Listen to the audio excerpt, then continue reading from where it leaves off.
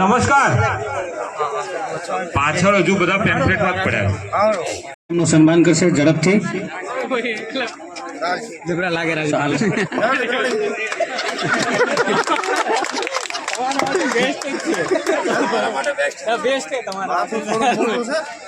નામ મોટો પણ થોડુંક સાફો નાનો છે, ચલવી લીધો ભાઈ.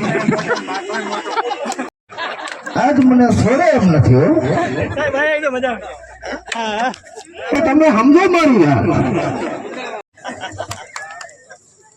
ચાલુ તો એમ કહીશ કે ઘર વાગણું છે એટલે થોડાક હાથ ધરું જ છે. બારે તમે ગમે બોલીને જાતા રહે એટલે અમે કોઈ મળવા નહીં હોવામાં.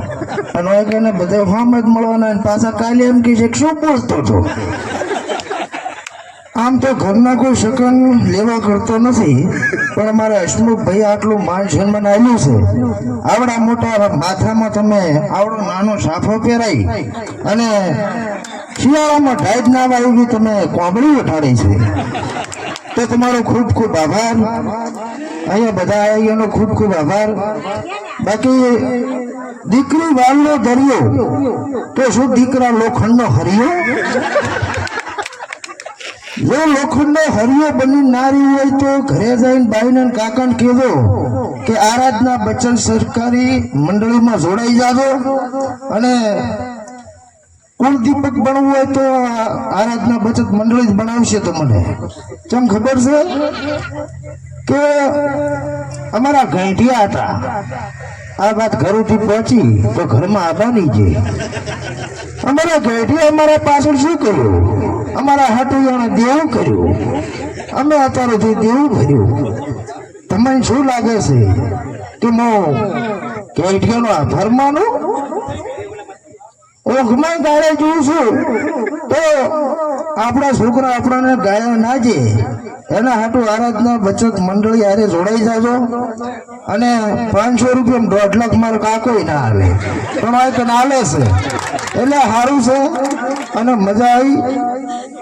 બહુ મોટો છું, લગ્ન થાય તો છોકરા પાછળ મારે કરવું છે. કહું એ બધી વાતો લીક નથી કરવાની. તો બી આટલું બની ઘણું થઈ જાય છે. પણ આજકાલ એટીટ્યુડ ના ગીત ઘણા આવતો હોય છે માર્કેટમાં. ગીત સાંભળ્યું છે તમે? હાવજના બેડા ફાડી નાખે એવા મારા ભાઈઓ મારી હારે. અને હકીકતની વાત કહેવા જવું તો હરચું કૂતરું ચેડા થાય તો ભાઈઓ લંડિયા ઠેકતા જાય. એ તો ઉભા લેતા નથી. આ મારો જાત અનુભવ છે.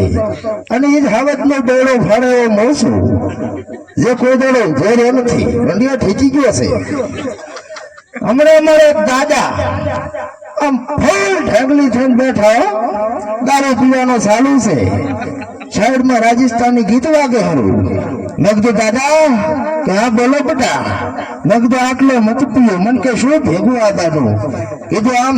આમ કીધું પીશો તો મિલીને શું જાશો, એટલે માપે પીવો કીધું. બાકી જિંદગીમાં બધા પૈસા તો વાપરવા હાટું જ કમાતા હોય છે. તમે ધન કમાશો, દોલત કમાશો, એક સમય આવશે તો એ ખૂટી જાય છે. ભેગું મત કરો. હું તો ખાઉં છું કે ખાઈ ખાઈને પેટ વધારો.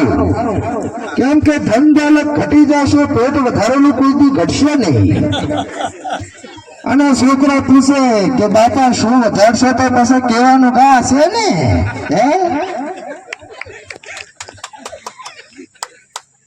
મારા દાદા ને હું ઘોડિયામાં હૂતો હતો નાનો એવો, અને તાર તો ઓછાથી વાતા કરો. કેમ કે મોઢાથી બોલીશ એમ કહીશ તો વળી તમે એમ કહીશો છોકરા છે ને બોલવા માંડ્યા.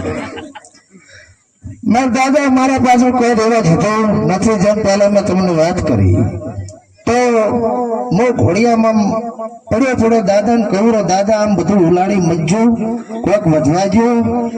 તો દાદા મને હસીને જવાબ આપ્યો કે બેટા તારું કર્મ મેં વાંચ્યું છે, તું મોટો થઈને કોઈ વધવા જીવાનો છે નહીં, એટલે હું પહેલથી પૂરું કરીને જઉં છું. એટલે બેટા તારું કામ હું કરું છું, તું મને કઈ કેમ મત આશીર્વાદ આવે. તો દાદો બૂમ પડાવતા ગયા.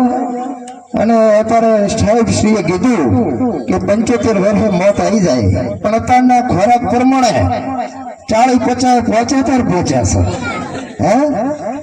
તો જે જૂના ખોરાક હતા એની ઉંમર હતી 75-80 વર્ષની. બાકી અત્યારની ઉંમર કાઠી છે એટલે જોડાઈ જાજો હું તો કહું છું.